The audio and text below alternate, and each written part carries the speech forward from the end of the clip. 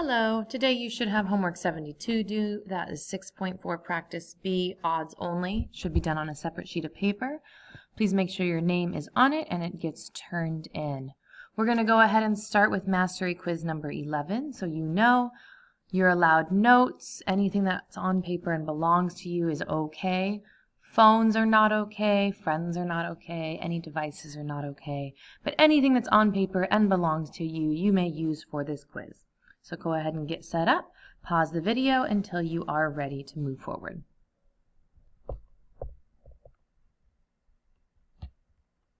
All right, we have mastery quiz number 11. Please remember you must put your name and period on your mastery quiz as well as MQ11. Please go ahead and pause the video and work through the quiz. Make sure you use all of the notes that you have available to you to do your best on your quiz.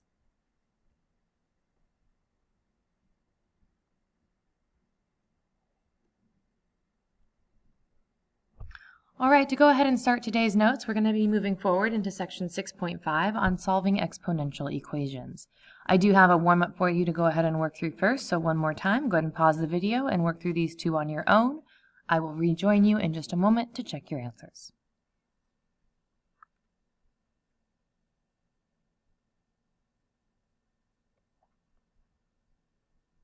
Properties of exponents say that if we have an exponent on the outside of parentheses, then we can go ahead and take this exponent and apply it to everything inside the parentheses. So what we have from this first set is 2 to the power of 2.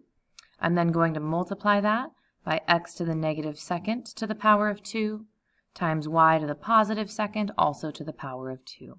So that exponent of 2 went to all three places, and then in the very front, we did not touch our 2 to the x, 2 times x, so that just stays in the front. 2 times x, 2 to the second power, I'm going to go ahead and simplify that down to 4. When I have an exponent on an exponent here, these multiply to give me x to the negative 4. Same thing here, y to the positive 4. And I can go ahead and use the commutative property of multiplication to rearrange and multiply. So I'll multiply my 2 and my 4 together to get 8. And then I have an x times x to the negative 4th times y to the 4th. Multiplying between the same variables means we go ahead and add the exponents. So 1 and negative 4, those two are going to add to give me x to the negative 3 y to the 4th. And then remember that that negative exponent means it actually belongs on the other side of the fraction bar. So this would all be on top of the fraction, but the x belongs on the bottom. So I have an 8 with a y to the 4th on top, and on bottom I have x to the positive 3rd power.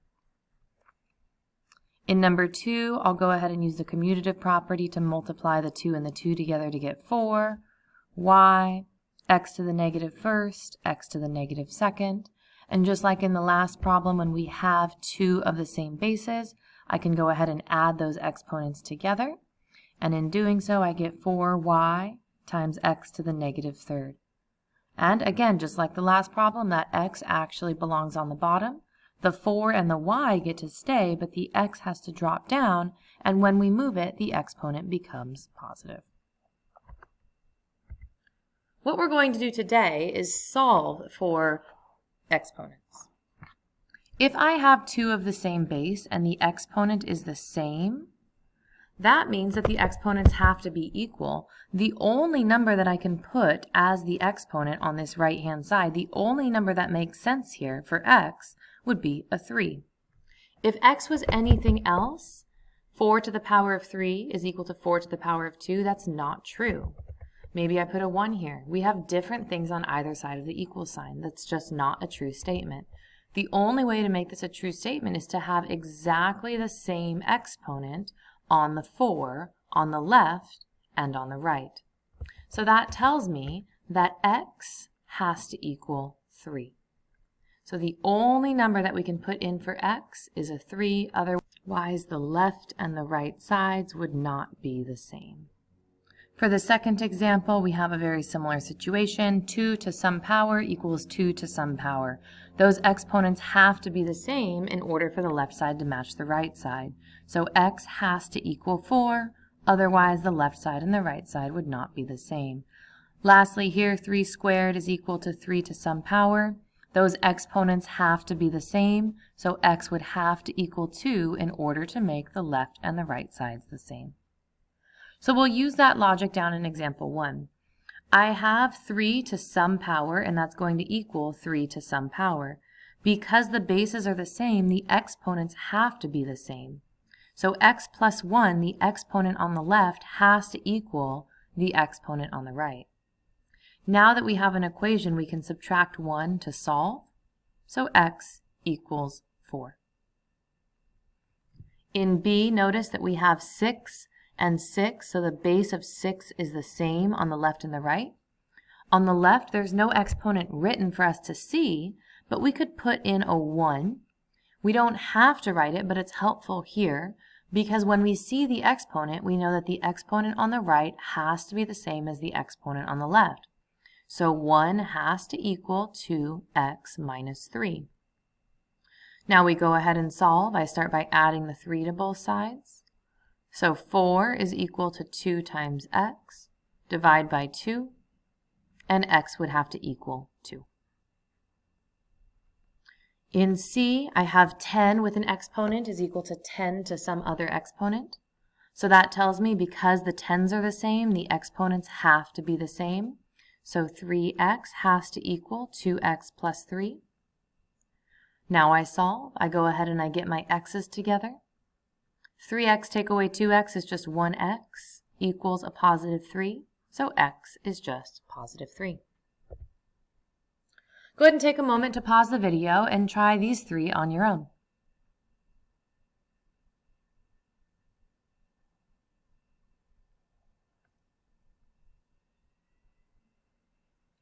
In number 1, we should have 2x is equal to 6. So when I write that equation, I get 2x equals 6. And I solve by dividing by 2, so x would equal 3. In number 2, I've got 2x should equal x plus 1. Because the 5s are the same, the exponents should be equal. Subtract my x in order to solve. 2x minus x is just x is equal to 1. Lastly, I have the bases of 7 that match, which means the exponents must be equal. So 3x plus 5 must equal x plus 1. Subtract the x from both sides. 2x plus 5 is equal to 1. I subtract my 5.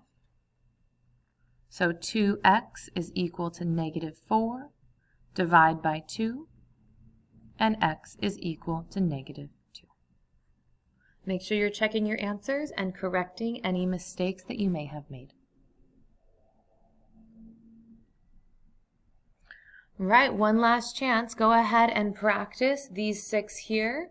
You might see that 5 and 6 are a little bit different. Consider them challenge questions and see what you can do to solve all 6. Go ahead and pause the video, and when you're ready to check your answers, go ahead and replay.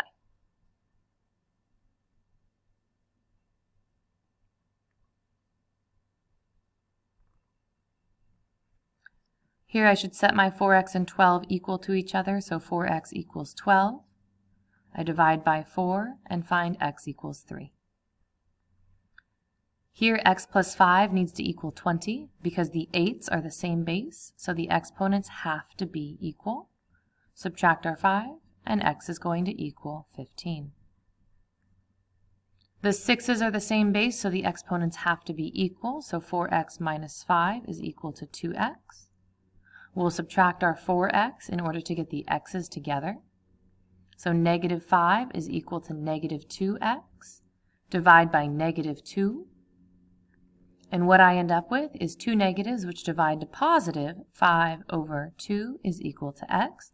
You may leave it like that, or you may divide the 5 and the 2 to get 2.5 is equal to x. Either is okay as long as the fraction is completely reduced. The 5s are the same base in number 4, so I go ahead and I set my exponents equal. 6x minus 3 equals negative 3 plus 4x. I'm going to subtract my 4 from both sides so that I get my x's together. 2x minus 3 is equal to negative 3. Add our 3, so 2x is equal to 0. And when I divide by 2, 0 divided by 2 is just 0. So x is equal to 0. Now number 5 was one of those little bit of challenge questions that I told you about. One thing that we might want to think about is that 1024 can actually be written as 4 to the power of 5. When we do that, we can use the same strategy that we've been using on the last few questions to solve.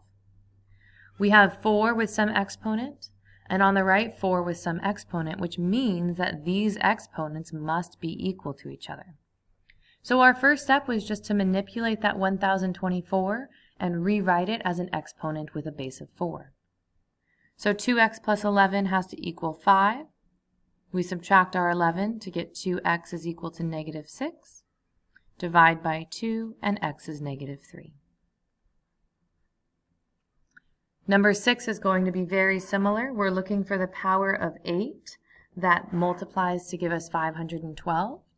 So I have 8 to the power of 3 minus 2x equals, and I'm hoping I can write 512 as 8 to some power. And we can, that exponent is 3. So now that we have the same base, we can go ahead and set these equal to each other. 3 minus 2x is going to equal 3. Subtract my 3, and this actually looks a lot like question 4. Negative 2x is going to equal 0. Divide by negative 2 on both sides, and x will equal 0. That brings us to the end of our notes for today. Thanks so much for watching. If you'd like, you're welcome to find this on our homework calendar and go back and watch as many times as you need. Thanks so much. Have a great day.